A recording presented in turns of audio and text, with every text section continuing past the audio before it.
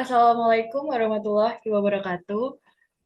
Pada kesempatan kali ini, kami mahasiswa program studi Teknologi Survei dan Pemetaan Dasar Sekolah Vokasi Universitas Gadjah Mada akan memaparkan materi mengenai hasil analisis deformasi permukaan terkait gempa bumi Ridgecrest 2019 di California.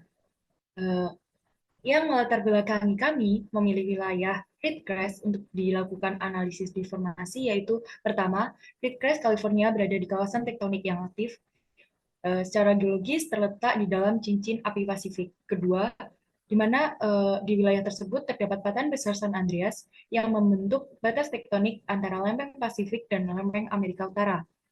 Ketiga, dari kondisi geografis, memiliki potensi bencana alam yang besar, terutama bencana gempa bumi.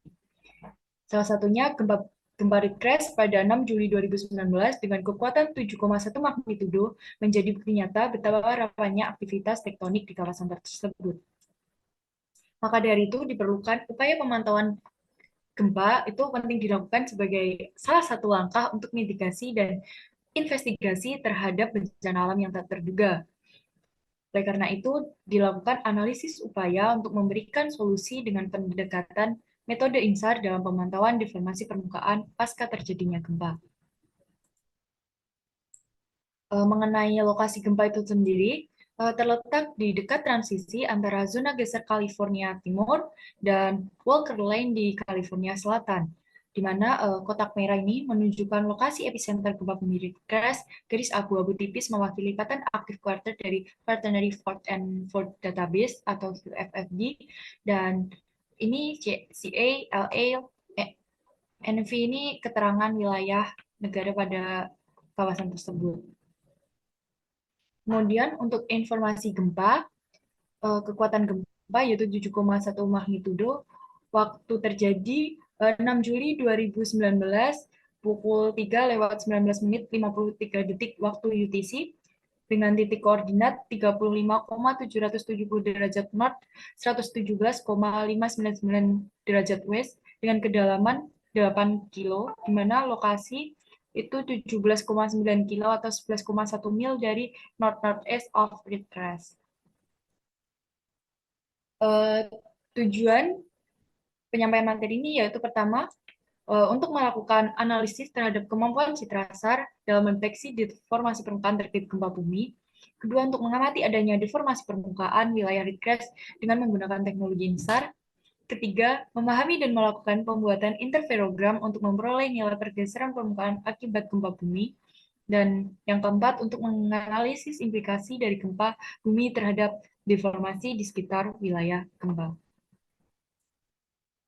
Untuk data sendiri, data yang diperlukan untuk data pengolahannya yaitu data citra SAR yang direkam oleh satelit Sentinel-1 dengan format data single look complex atau SLC. Sumbernya dari ASF Data Search dengan data tipe master yang digunakan yaitu pada tanggal perekaman 4 Juli 2019, di mana 2 hari sebelum gempa terjadi. Kemudian path-nya 64, flight direction-nya itu ascending, polarisasinya VV plus VH. Untuk data tipe slide-nya itu tanggal perekaman 10 Juli 2019, 4 hari setelah gempa terjadi dengan path 64, flight direction-nya scanning juga, polarisasinya VV plus VH. Baik, untuk selanjutnya langkah kerja. Untuk langkah kerja yang kami lakukan, seluruh tahapan pemrosesannya dilakukan pada web ASF Data Search for Text, yaitu pada link yang sudah tertampil, dan juga untuk pengolahannya pada diagram alir yang sudah tertampil juga. Lalu untuk visualisasi data, pengolahan datanya agar dapat dilakukan analisis lebih lanjut, itu dilakukan pada ARMAP 10.8. Lanjut. Nah, dari pemrosesan yang dilakukan didapatkan hasil yaitu fringe terbentuk dari beda fase antara citra master dan slave. Nah, besarnya deformasi ini dapat dilihat dari semakin banyaknya garis fringe yang terbentuk, maka deformasi permukaan yang terjadi akan semakin besar. Nah, fringe pada interferogram tersebut belum jelas menggambarkan deformasi, maka dilakukan proses unwrapping untuk tampilan fringe yang lebih signifikan, di mana citra interferogram tersebut sudah dapat diketahui nilai deformasinya dalam fase absolut atau satuan metrik, sehingga interpretasi dari nilai deformasi permukaan itu dapat diperoleh. Lanjut, Mbak. Dari gambar tersebut terlihat fringe sebanyak 9 fringe, di mana diagram warnanya dimulai dari warna biru ke kuning. Nah, pada citra Sentinel Band C ini, panjang gelombangnya 6 cm. Jadi didapat nilai pergeseran maksimumnya sebanyak banyak frings dikali setengah panjang gelombang, yaitu banyak frings tadi 9, setengah panjang gelombangnya itu 3, jadi nilai pergeseran maksimumnya 20 cm, 27 cm, maaf. Atau perkiraan pergeserannya itu berada pada 26 sampai 28 cm. Nah, lanjut, Mbak. Kemudian didapatkan juga hasil dari unwrapping yang dilakukan pada ArcMap. Ini line of sight displacement-nya dapat tertampil, yaitu adalah atau pergeseran suatu objek di permukaan bumi relatif terhadap arah pandang satelit, di mana nilai tersebut dihasilkan dari proses unwrapping dari konversi satuan pada interferogram. Nah, nilai positif itu menunjukkan pergerakan mendekati sensor satelit atau disebut uplift, sedangkan nilai negatif itu menunjukkan objek bergerak menjauhi sensor satelit atau disebut subsiden. Lanjut.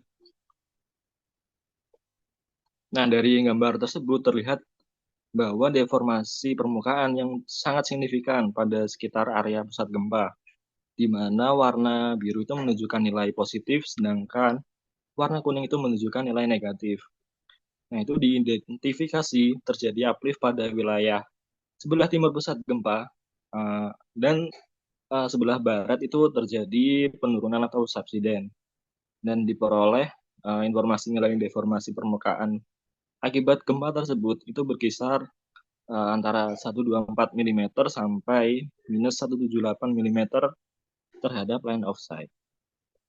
Lanjut.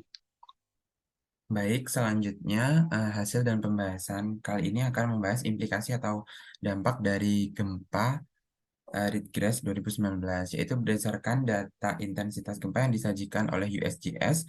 Gempa Ridgecrash ini memiliki kekuatan 7,1 magnitudo yang termasuk dalam gempa yang memiliki intensitas kelas 9 dengan tingkat kerusakan yang tergolong berat. Kemudian perkiraan atau estimasi dari dampak yang terjadi itu juga dapat dilihat pada diagram di atas. Kemudian kelongsoran yang dipicu oleh gempa ini juga diperkirakan terbatas ya jumlah atau jangkauannya, yaitu kurang lebih 10 km persegi. Dengan kerusakan yang terjadi merupakan dampak dari gempa yang disebabkan oleh adanya pergeseran lempeng tektonik.